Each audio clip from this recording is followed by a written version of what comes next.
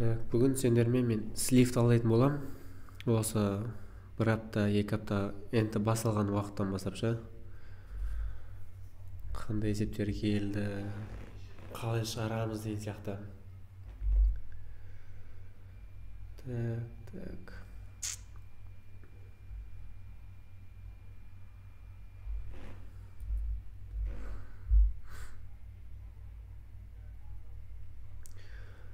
Ал салмасындар тағы да. Давайте онда жайлап баса берейік, иә, уақыт өтіп жатыр өйткені. Міне бізде бірнеше есеп бар енді, бір 10 шақты. Соның біріншіден бассақ ал. Электроника дүкенінде тоңазытқыштың бағасы инфляцияға байланысты дейді, ақшаның құнсыздануы 25%-ға қымбаттады дейді. Бірақ та тоңазытқышқа деген сұраныс төмен болғандықтан оның қымбаттаған бағасы 10%-ға арзандатқан дейді. Тоңазытқыштың соңғы бағасы алғашқы бағасынан неше процентке артық екенін табыңыз дейді. Саламатсыңдар әйгерім. Дайын қараңдар, бізге не ақташа тоңазытқыш қанша тұрғаны бізге маңызды емес. Ол 10 мың тұра ма, ол 50 мың тұра ма, ол миллион тұра ма, бізге бәрібір ше. Сол үшін мен жалпы тоңазытқыштың бағасын давайте енді X деп алсайын. Бәрібір ғой ақыры. Енді қараңдар, бұл ақыры бізде бастапқы баға болғандықтан ол бізде 100% болады. Бізге айтып тұр ғой, 25%-ға артты деп тұр. То есть қымбаттады. Егер 25%-ға артатын болса, ол бізде 125% болады. Ал егер мен осы сан 25%-ын табу үшін, мен соған көбейтем 125-ті и бөлем 100-ге. Міне мынадан шыққан сан бізде тағы да 100% болады. То есть бұл соңғы баға болғандықтан ол қайтадан 100% болады. И енді осы дейді, так өшіп сияқтанады. Осы 10%-ға кемітті дейді. Бірақ қараңдар, көбі шатасатынша, мысалы мына жақта біз 25%-ға артты ғой, 10%-ға кемітті дейді, аз етіп тастайды 10% былай. То есть алады көбісі, С варианты 15 белгілеп қояды. Вот осы сендерде қате. Ол ешқашан сенбеңдер. Оны біз бітеміз. Так, мынаны алып тастайын тағы да. Міне мынау 10% арзандады, ол қымбаттағаннан кейін ғой. То есть мен мынау қымбаттағаннан кейін мен 10%-ын табамын. То есть 10% арзандады ғой. Сонда ол 90% болады. Ал бұның 90%-ын табу үшін мен қайтадан көбейтем 90%-ға бөлем 100-ге. 100-ге бөлген кезде бізде сан шығады. Ал бізде есепте тоңазытқыштың соңғы бағасы алғашқы бағасына қарағанда неше процент. То есть бізге пайызбен сұрап тұр да. Ал қандай да бір санды пайызға айналдыру үшін мен оны 100-ге көбейтемін. Сол үшін аламда мынаны көбейтемін 100-ге. Қысқартайық ал давайте. Мына 100-бен мына 100 қысқарады, мына 0-0-мен қысқарады. И мына екеуін көбейтіп, то есть 125-ге 9 көбейтіп 10-ға бөлетін болсаңдар, сендерде шығады 112,5 шығады.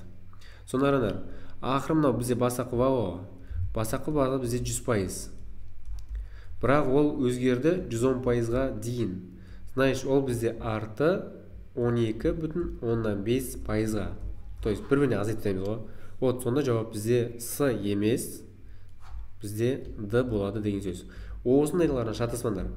Тура сол секілді, допустим, мен былай айтатын болсамша, басында мейлі ол 25%-ға қымбаттасын. Так бүйтіп, қымбаттады 25%-ға.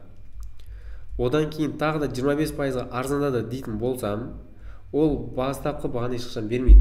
Вот содан да шатаспаңдар. То есть тура сол сияқты, сендер бірінші 125%-ын табасыңдар. Өйткені 25%-ға артты ғой, так өшіріп тастаймын. Сонда қандай да бір бағадан или саннан 125%-ын табасыңдар. 100 бізде. И 25%-ға кеміді десе, значит сендер оны табасыңдар, 75%-ын табасыңдар. Так, мынаны өшіріп тастайық. Бұл бізге керек емес. Осы жақтан қысқартамыз тағы да. Так, мынау 4, мынау бізде 3, мынаны қысқартамын. 25-ге қысқартамын 5, мынау бізде 4. Сонда бізде шығады 15 бөлінген 16. Бұл бізде сан ғой. Ал санды пайызға айналдыру үшін біз бағана айттық 100-ге көбейтеміз дедік. Ал енді осыны 100-ге көбейтейік, давайте калькулятормен. 15 көбейтілген 100 ол бізде 1000,000. И оны бөлемін 16-ға. Так, бөлген кезде бізде мынандай шығады, қараңдар. Тең шығады 93,175. Көрдіңдер ме? Мен 25%-ға арттырдым. 25%-ге кеміттім, бастапқы 100% берген жоқ. Ол менде бастапқысы 100%, мынау 100%. Бірақ ол 93.75 болды. Ол неседі? Ол кеміді 6,25%-ға дейін кеміді. Осындайлардан шатаспаңдар.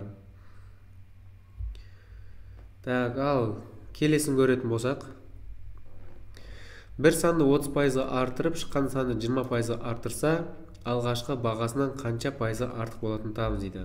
Бағанағыдай да, то же самое. Егер 30%-ға артады, ол плюс қой. 25%-ға, то есть 20%-ға артады, ол тағы да плюс. И екеуін қосып 50% демендер. Ол автомат түрде қатесендер. Сол үшін аламда бұны өшіртайым. Тура бағанаға есеп секілді. Енді қандай баға екен бәрібір бізге. Главное бір x деген сан ғой, или x деген баға деген сияқты. Сонда осы x-тің 30%-ға артатын болса, ол бізде 130% болады. Бұның 130%-ын табу үшін мен көбейтемін 130-ға, бөлемін 100-ге. 130. Тура сол сияқты. Мынадан шыққан сан ол тағы да 100% болады. Егер ол 20%-ға артатын болса, значит оның 120%-ын табамын деген сөз. Көбейтемін 120-ға, бөлемін 100-ге. Міне қараңдар, тағы да 100-ге бөлген кезде бізде сан шығады. Ал бізде есеп шартында қанша пайызға артықты болады деп тұр ғой, то есть пайызбен сұрап тұр да. Санды пайызға айналдырамын, то есть тағы да көбейтемін 100-ге. Сол кезде жауап шығады. 100 мен 100 қысқартамын. 2-0-2-0-мен қысқарта салайық. 13 көбілген 12, ол бізде 156. Ақыры мынау бастапқысы ол бізде 100%. Бірақ өзгергенде ол бізде 156% болды. Значит, ол бізде арты 56%-ға артты деген сөз. Осындай есептерді осылай шығара берсеңдер болады. Так, ал келесі есеп. 1-ден 50-ге дейін номерлеген лотерея билеттері бар дейді. Егер осы 3 қасиетті де ие болса дейді, ол ұтысты билет дейді. То есть ұтады деген сөз ғой енді. Ұтқан билеттердің ықтималдығын тап дейді. Ал бірінші, екіге қалдықсыз бөлінетін сан. Енді 1-ден 50-ге жазатын болсақ, жазбақ қойғанда, ол 1, 2, 3 и так далее 50-ге дейін. Онда бізге 2-ге бөлінетін ол бізде 2, 4, там кете береді ғой енді, 4, 6, 8, то есть барлық жұп сандар 2-ге бөлінеді. Сол үшін мен жұп сандарын жазып қойын тек қана. 2, 4, 6, 8 и так далее кете береді. Соңғы жұп сан ол бізде 50. 2 таңбалы сан дейді. 2 таңбалы сан болған соң ол бізде 10-нан басталады ғой, 2-ге бөлінеді, еще 2 таңбалы сан. Сол үшін бастапқысын бәрін өшіртеймін. Ол бізде керек емес деген сөз. Значит, ол бізде 10, 12, келесі 14 и так далее, то же самое 50-ге дейін. И 3-ге қалдықсыз бөлінетін сан дейді. 3-ге қалдықсыз бөлінетін сан ол бізде ішінде 12, келесі. Былай сілай қарандар. Негізі қосып отсақ болады ғой. Мысалы 12-ге 3 қосам 15, 3-ге бөлінеді. Бірақ алдында бізде шарт бар, что ол 2-ге де бөлінетін деген сияқты. Сол үшін мен алмаймын. Тағы да 3 қосатын болсам 18, 3-ге де бөлінеді, 2-ге де бөлінеді. Значит, мен аламда 6-тан қосып отырам сразу. 12-ге 6-ын қосам 18, 18-ге 6-ын қосам. Так, 24, оған 6-ын қосам 30, 6-ын қосам 36, 42, 48 и бітті. Кейін 50 асып кетеді ғой келесі. И санайтын болсақ та 1, 2, 3, 4, 5, 6, 7. Ықтималық дегеннен бізде не ол? Ықтималық. Ол бізде үстінде бола алатын жағдай, астында барлық жағдай. Барлық жағдай ол данный момент менде барлық сандар, то есть 50 сан бар. Аламында 50-ді қоям. Ал бола алатын жағдай ол бізде 7, мынаны 7 ғой.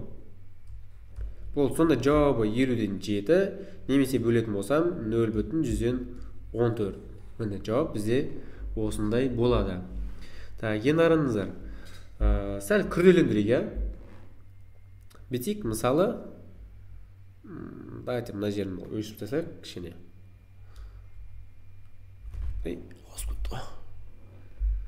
Бай өшіре салайық. Давайте 1-ден 50-ге дейін емес, 1-ден 500-ге дейін делік. Қазір бұл енді 2 таңбалы, 3 таңбалы деп алмақ қойық ше. Главное 2-ге де 3-ге де бөлінсін. Бірайын қарандар.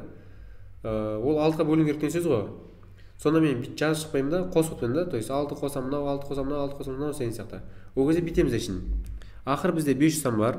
Сол үшін сразу аламын да 500-ді 6-ға бөлем. Қазір 1 минут. 500-ді 6-ға бөлетін болсам қазір бөлейік.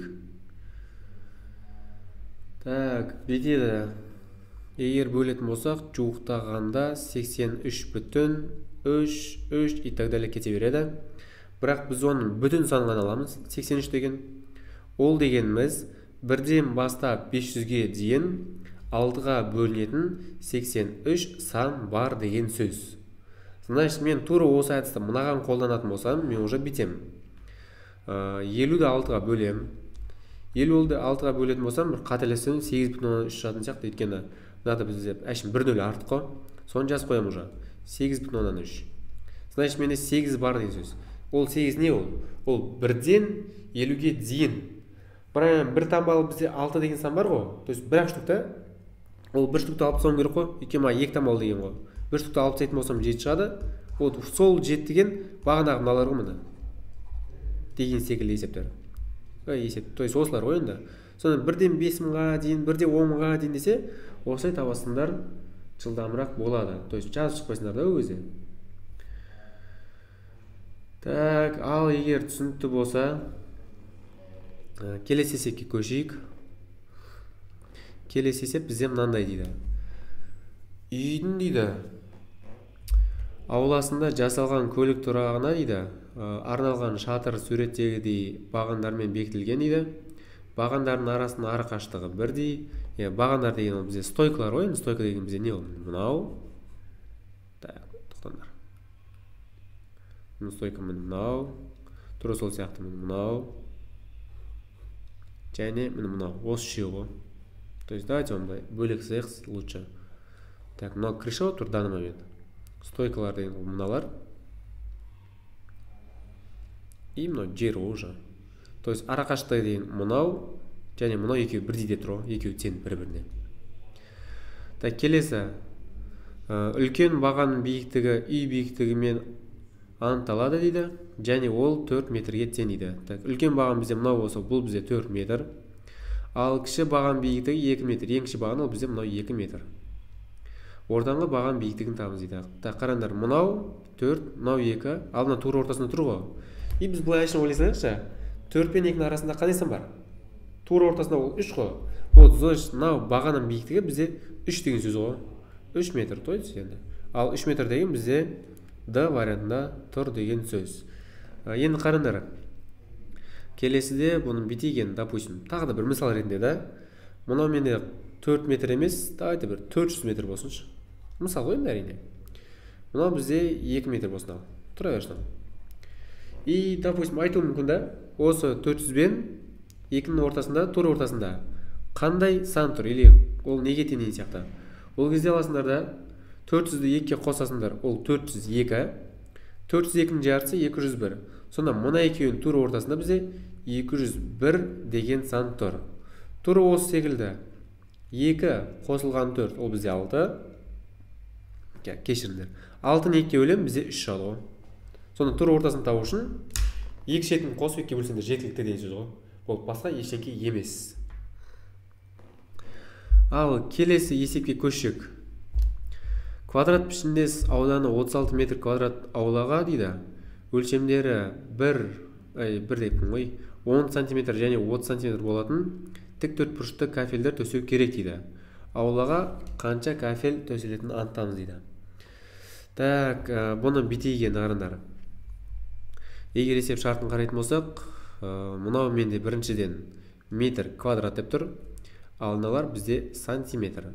Екеуі бірдей болу үшін, давайте мен сантиметрді метрге айналдырайын. То есть бірінші 10 сантиметр деген ол бізде 0,1 метр. И 30 сантиметр деген ол бізде 0,3 метр.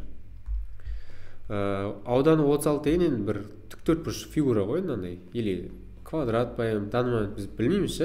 Главное, осының ауданы 36 метр квадрат.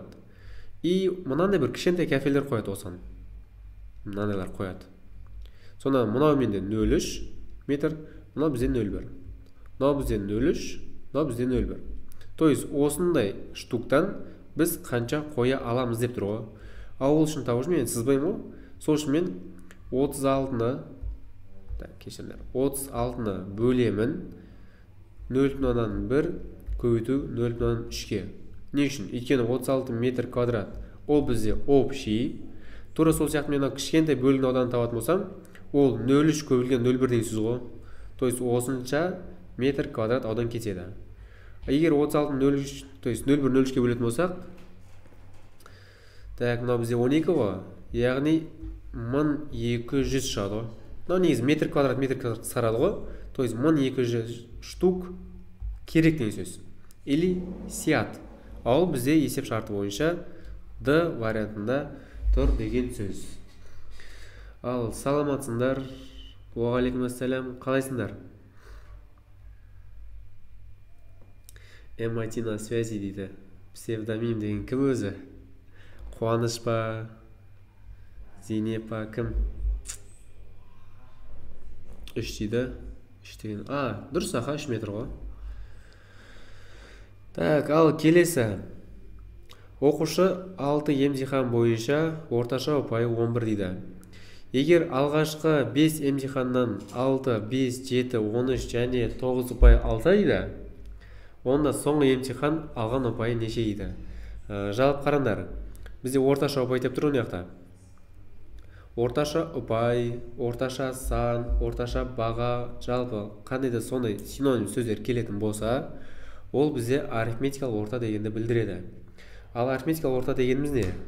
Ол барлық сандар қосамыз и сандар количествосына бөлеміз. То есть қанша сан бар, соған бөлеміз.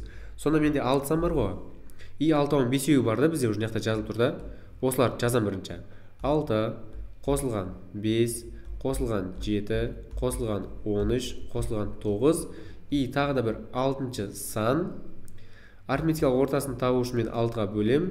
Сол кезде шығу керек 11. То есть өйткені бізде орташа ұпай 11 деп тұр ғой. Бұл енді осы жақтан x-қа басыламыз. Так, 6-ны 5-ке қосам. 11, 18, 31, 40. 40 плюс x 6 пропорция бойынша көбейтіледі. То есть ол бізде уже 66. 66-тан 40 азайтам, x-тен 26. Значит, 6-шы санымыз бізде 26-ға тең деген сөз. Бұл осымен бітті. Ал келесі есеп ол бізде заңдылық қой. Бұны енді әшін жазып алыңдар, өздерін ойланасыңдар. Егер болмай жатса, сағатын сонда тағы айтып жерім. Так, келесіне кете берейік. Так, битет a плюс 1 тең 4 бөлінген 1 минус 4-тен 3 болсайды, онда 60 қосылған 3-а бөлінген a өрнегін мәні неге тең дейді.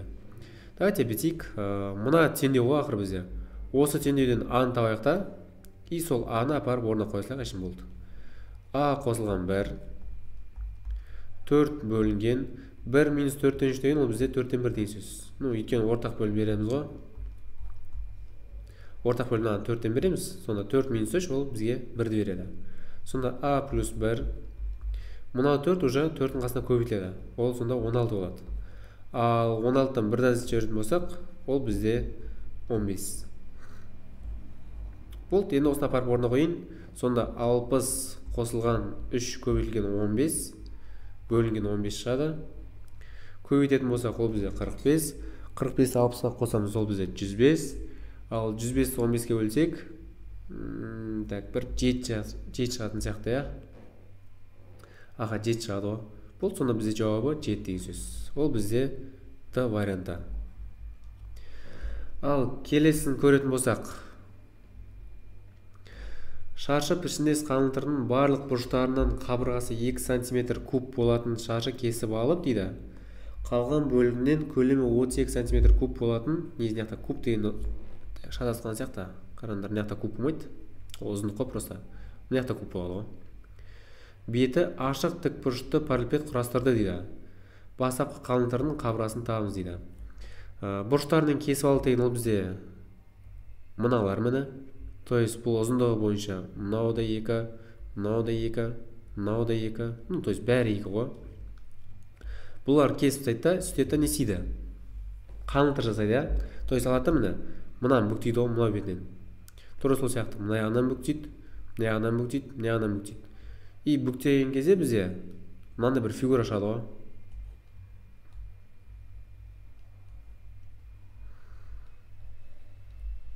Так, мына осындай фигура шығады.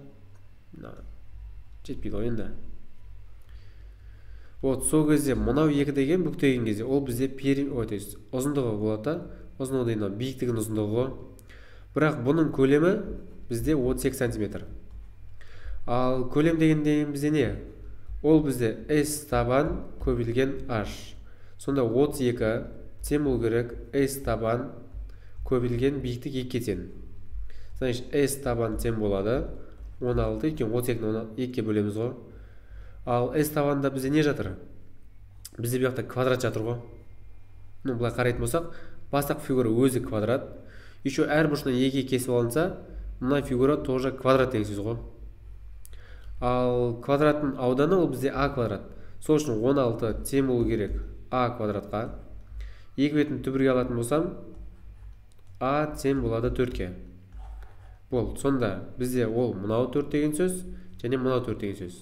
Ал суретте ол бізде мынау. Міне мынау 4, тура сол сияқты міне мынау 4, бәрі 4 қой енді. Сонда мынауымыздың бізде 4, мынау бізде 2, мынау бізде 2. Бастапқы қаңылтырдың қабырасын тап, ол қабырғасы ол мынау ғой міне. Үшеуін қосатын болсам 8 шығады деген сөз. Болды, осымен бұл есеп өзі бітеді. Так, ал келесін көрсек. Біз айттық қоя. Кесілген сан 4-ке бөліну үшін, соңғы цифр 4-ке бөлінсе, то есть соңғы 2 саны 4-ке бөлінсе жетілікті ғой. Сол үшін мен 2024 емес, мен 24-ні өзін алсам жетеді деген сөз ғой. Тура сол сияқты егер мысалы 7-ін бағанағыдай 5 миллион 631 мың, қазір бір минут алып сайлайық, болдық. 631 мың 576 деген сан болса, мысалы мұнан бәрін 4-ке бөлмеймін, мен аламда 76-ны ғана 4-ке бөлем ғой. То есть мысалы 76-ны бағанағыдай 4-ке бөлем. И бөлген кезде тоже сол сияқты, бір қалды қалса бағанаға біріншісі, екі қалды қалса екіншісі и так далее. Барлығын шығара бересіңдер. Ал егер бұл қараңдар, мұнау 7 ғой бізде. Егер 7 емес, қандай бір 4 деген санның 155 дәрежесі болса, уже бұл 4-кі сәл басқаша, оны көресіңдер уже. Өйткені 4-тің 1 дәрежесі бізде 4, 4-тің квадраты 16, то есть соңғы цифры 6, 4-тің кубы 64. И былай қарасақ болсақ, уже мына 4 мына жақта қайталанып кетті ғой, алып тастаймын уже, керек емес. Сонда 4 әрбір 2 дәрежеден қайталанып болған соң 155 деген дәрежені 2-ге бөлесіңдер. Сонда 155 бөлінген 2. Енді былай қарайтын болсақ, бұл бізде тақсан ғой, тақсанда явно бір қалды қалады ғой. Ал бір қалды қалды деген сөз, соңғы цифры 4 болды деген сөз. Ал егер жұптан болса, онда қалдық қалмайды деген сөз ғой. Онда соңғы цифры бізде 6 болатын еді. То есть мына 6 ғой. Ал келесін қарасақ. 8 деген сан 2023 дәрежесі қандай цифрмен аяқталады дейді. Бұны сөйтіп жазып көреміз. Біріншісі 8-дің 1 дәрежесі ол бізде 8. 8-дің квадраты ол бізде 64. Соңғы цифры 4. Так, 8-дің кубы ол бізде 512. Соңғы цифры 2. И 8-дің 4 дәрежесі ол бізде бір сан, бірақ соңғы цифры бізде 6 болады. Ол сан қандай екен ұмытып қалдым шығар. Бұл да бізде 4 дәрежеден қайталанады. Значит, 4 дәрежеден қайталанып болса, 2023 емес, 23-ті 4-ке бөлсем жетеді деген сөз. 5-тен берем 20, аз етем 3. 3 қалды қалса үшіншісімен. То есть мұнан бізде біріншісі, екіншісі, үшіншісі, ол бізде значит 2-мен аяқталады деген сөз. Бұл соңғы цифры 2, ол бізде С вариантында тұр деген сөз. Так, тура осындай есеп, бірақ мынандай. Осылардың барлығын қосқан кезде соңғы цифры неге тең дейді. Бұнда енді тура істейміз, жеке-жеке табайық, давайте. 3-тің қарайтын болсақ, 3-тің 1 дәрежесі ол бізде 3, 3-тің квадраты. Так, ол бізде 9. 3-тің кубы 27, сразу 27 емес, 7 деп жаза берем. 81, соңғы цифры 1. Так, сонда аламында 8 деген дәрежені 4-ке бөлем. 4-ке бөлетін болсам бізде қалдық жоқ. Қалдық жоқ болса соңғысымен аяқталады деген сөз. Значит, соңғы цифры бізде 1. Асын жаз қоям. Так, келесі. 4 біз бағана көрдік қой. 2 дәрежеден қайталанады. Значит, аламында 2-ке бөлем. Бірақ енді жұпсам ғой дәреже. 2-ке бөлем, значит, қалдық жоқ. Сонда ол біріншісі 4-мен аяқталады, екіншісі 6-мен аяқталады. Значит, соңғы цифры бізде 6. Ал енді мынада 5. Қараңдар. 5-тің 1 дәрежесі ол 5. 5-тің квадраты 25. 5-тің кубы 125. И 5 қарайтын болсақ, ол тек қана 5-пен аяқталады. Значит, оның соңғы цифры бізде болады 5. Так, келесі 6. То же самое. 6-ның 1 дәрежесі 6. 6-ның квадраты 36. Ол да 6-мен аяқталады. 6-ның кубы ол да 6-мен аяқталады. То есть 6 то же самое, тек қана 6-мен аяқталады деген сөз. Так, жаз қоямыз. И 7 біз бағана жаз қоя. 7-дің 1 дәрежесі 7 дедік. 9-мен аяқталады. Так, 9 3-ке көбейтем. То есть 9-ды 7-ге көбейтем. 3-пен аяқталады. Оған 7-ні көбейтем, 1-мен аяқталады. Так, 8-ді 4-ке бөлем, қалдық жоқ. Қалдық жоқ болса соңғысы, то есть ол бізде 1-мен аяқталады деген сөз. Жаз қоям. Бұл тем бәрін қосайық. 1-ге 6-ны қосамын 7, 7-ге 5 қосам 12, 18, 19. То есть міне 19, соңғы цифры 9. Сонымен бітті өзі. Так, негізінде 19 дейміз ғой, әрине алдында бір сандар болады, бір үлкен сан ғой негізінде. Бірақ соңғы цифры главное 9 ғой. Так, ал жалпы бүгінгі есеп осымен аяқталды. Егер сұрақтарың болса қоя беріңдер. Және алдағы уақытта егер тағы да слив болып жатса, оны сценарийді талдап көрсетіп отыратын болам. Ал қазіргі сұрақ болса, давайте бітейік. Удалить салайық. Ол сұрақтарын қоя беріңдер, оны таза бетке шығаратын боламыз.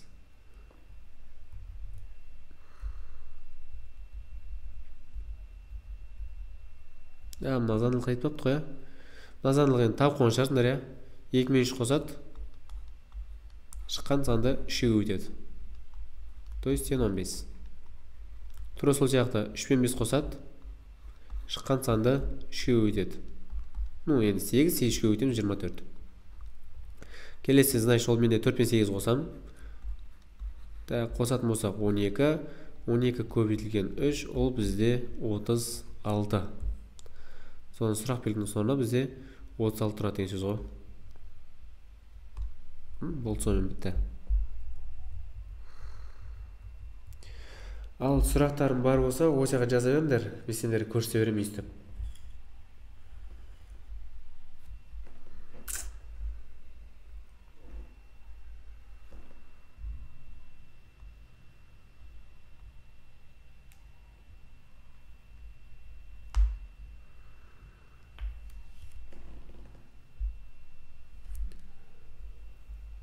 Так.